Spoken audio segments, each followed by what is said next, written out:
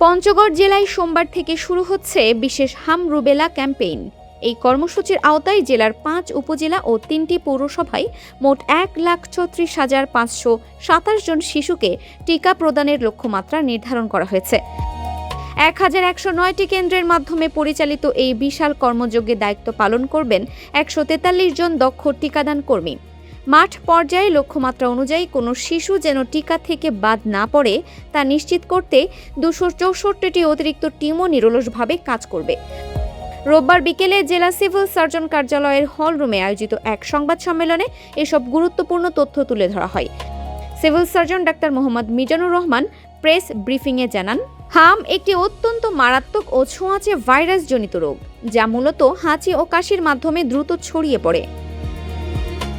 যে কোনো বয়সের মানুষের এই রোগ হতে পারলেও শিশুদের ক্ষেত্রে ঝুঁকি এবং জটিলতা ও মৃত্যুহার সবচেয়ে বেশি দেখা যায়।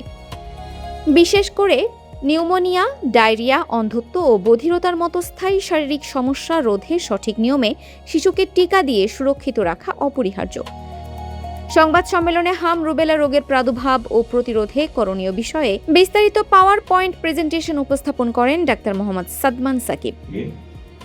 20শে এপ্রিল থেকে 10ই মে পর্যন্ত 20 কর্মদিবসের মধ্যে 11 দিন আমরা টিকাদান কার্যক্রমটা চালাবো সারা বাংলাদেশে অবশিষ্ট যে জায়গাগুলোতে শুরু হয়নি।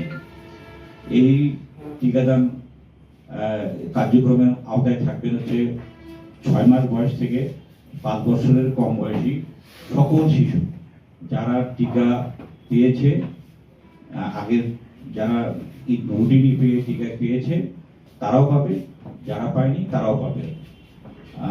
এর উপলক্ষে আজকে আসলে আপনাদেরকে আসলে ডাকা, আপনাদের মাধ্যমে আমরা আমাদের পঞ্চগড় জেলা তথা সকল যে দেশবাসীর কাছে আবেদন জানাবো, আমাদের যেন কোনো বাচ্চা এই মুহূর্তে এই টিকার কার্যক্রমের বাহিরে কেউ না থাকে। আপনাদের জানাচ্ছে আরেকটু বলি যে পঞ্চগড় জেলায় এই মুহূর্তে আজকে পর্যন্ত আমরা 34টি স্যাম্পল হাম সন্দেহ করে আমাদের ঢাকা ল্যাবরেটরিতে পাঠিয়েছিলাম। এখন পর্যন্ত কনফার্ম কোনো কেস আমরা আমাদের জেলায় এখনো পর্যন্ত শনাক্ত হয়নি।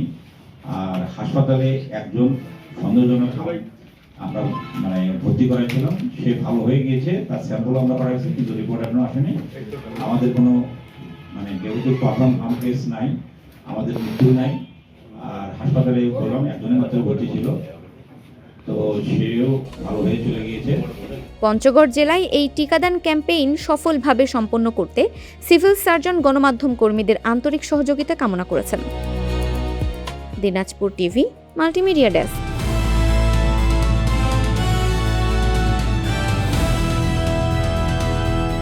দিনাজপুর টিভি মানুষের জীবনের কথা বলে।